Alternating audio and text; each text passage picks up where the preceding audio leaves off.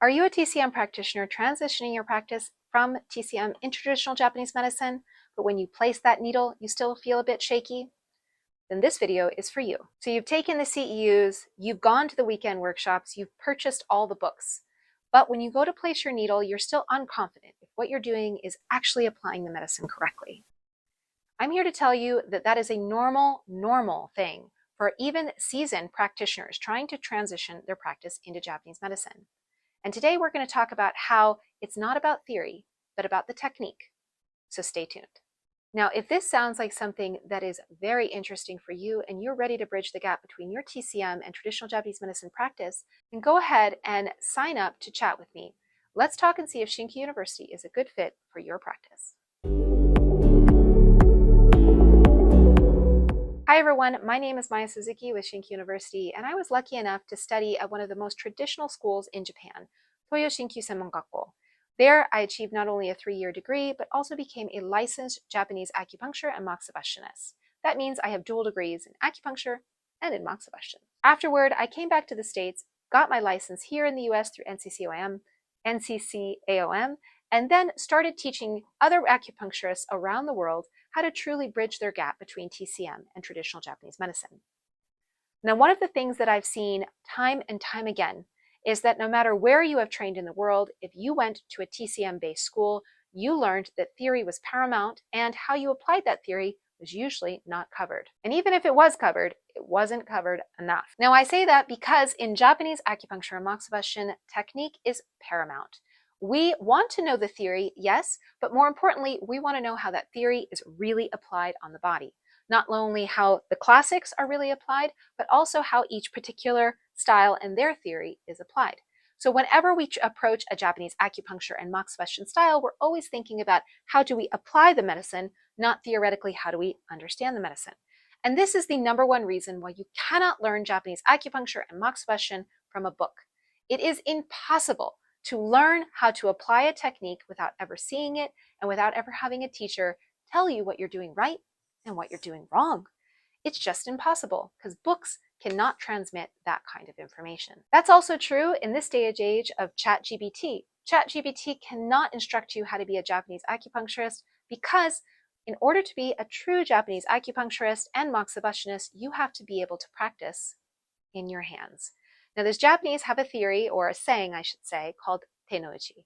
And if you're able to practice from tenouchi, from your hands, then that means you are not thinking at all. You are living and practicing within your hands. And when you are a theoretical practitioner, you are living and practicing from your head. Now, that's not to say that you aren't extremely intelligent. I'm sure you out there who are watching this video probably are better theorists than I am.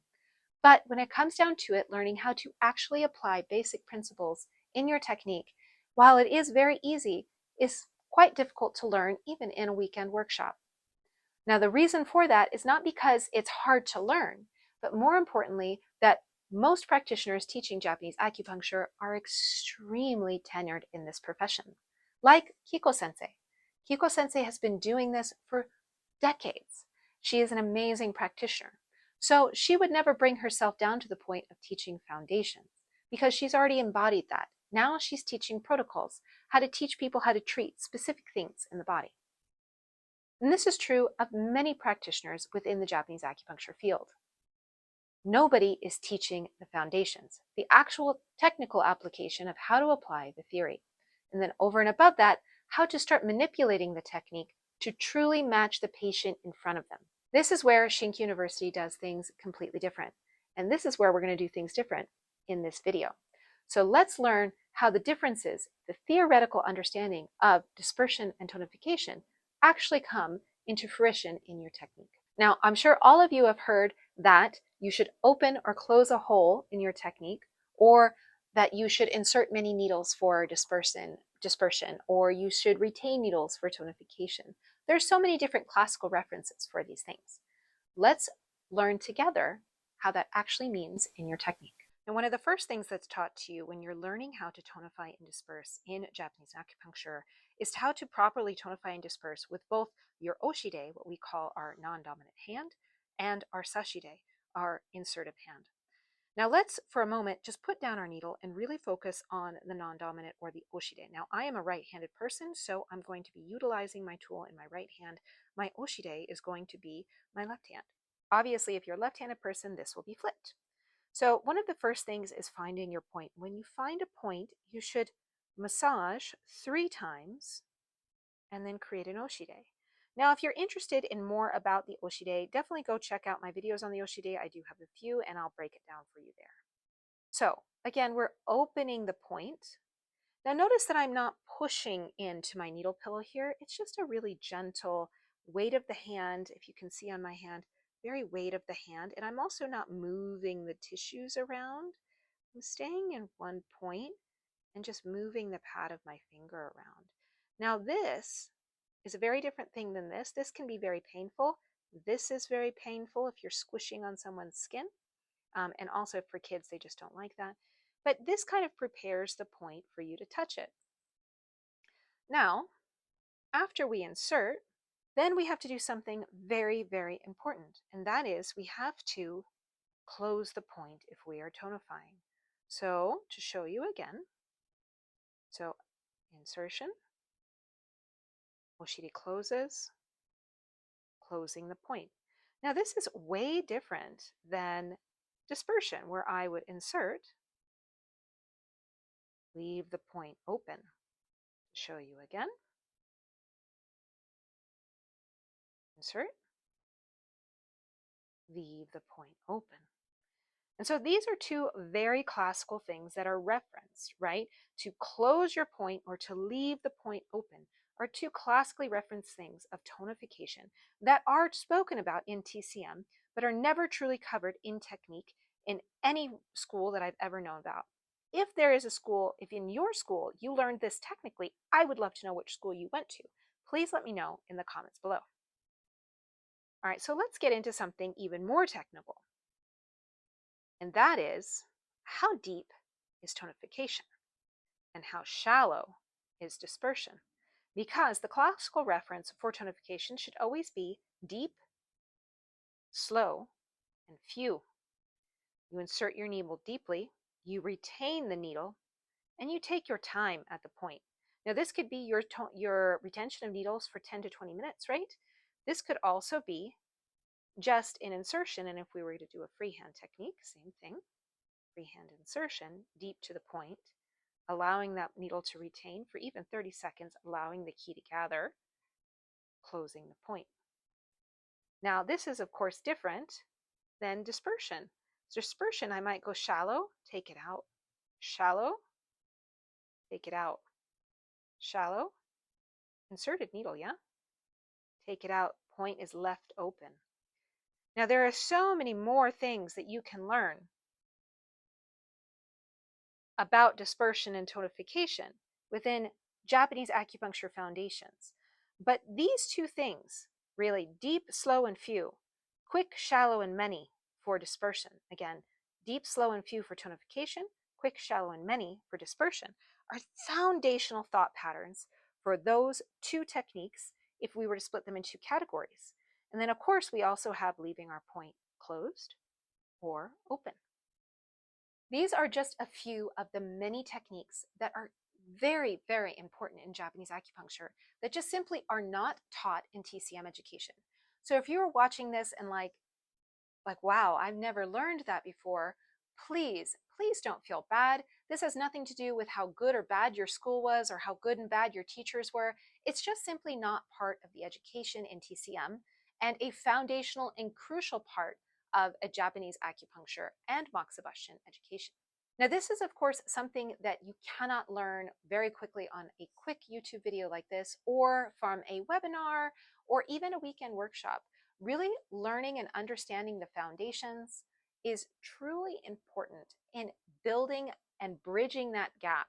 Not only building the foundation of your Japanese acupuncture moxibustion practice, but bridging the gap from TCM into traditional Japanese medicine so you can understand the theory that you were drilled on, that you memorized, that you have in your head forever as to what that actually means when you're seeing it in person, actually utilizing it in your hands. Now, there are, of course, a lot of other things that come into a foundational Japanese acupuncture practice, setting aside moxibustion for the moment. One of those things is 100% being precise with your work. I like to tell my students in ShinKyu University that you should be precise with every single needle that you do. Every single needle should be placed exactly where it needs to be at the exact right depth to allow the key to arrive just as it should be. And if you're not being precise, then that means you're not being as effective as you can be. Now, the problem always then arises is trying to define what is precise. And this is another core element that is different from TCM in traditional Japanese medicine and something that you can only learn from a mentor. And that is understanding how you're technically supposed to be applying the techniques that you drilled into your body now after learning the theory and understanding how to actually apply them. So I like to tell my students that in the beginning, foundational stages of your learning, you should become a machine. You are a technician. You apply the technique the same every single time, and you understand what makes each technique unique and how to get variety in that technique.